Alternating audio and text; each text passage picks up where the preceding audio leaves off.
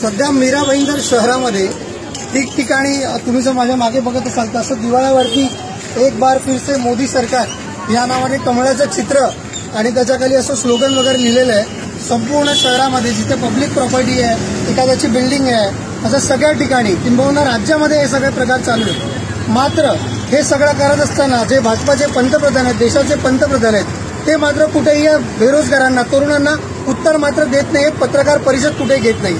त्याच्यामुळे हा शेवटचा पर्याय आम्हा युवकांकडे उरलेला आहे की यांना या माध्यमातून प्रश्न विचारावे। जसं इथे लिहिलं आहे की एक बार फिर से मोदी सरकार, त्याच्या खाली आम्ही लिहिलं आहे की छीनेगी युवाओं का रोजगार।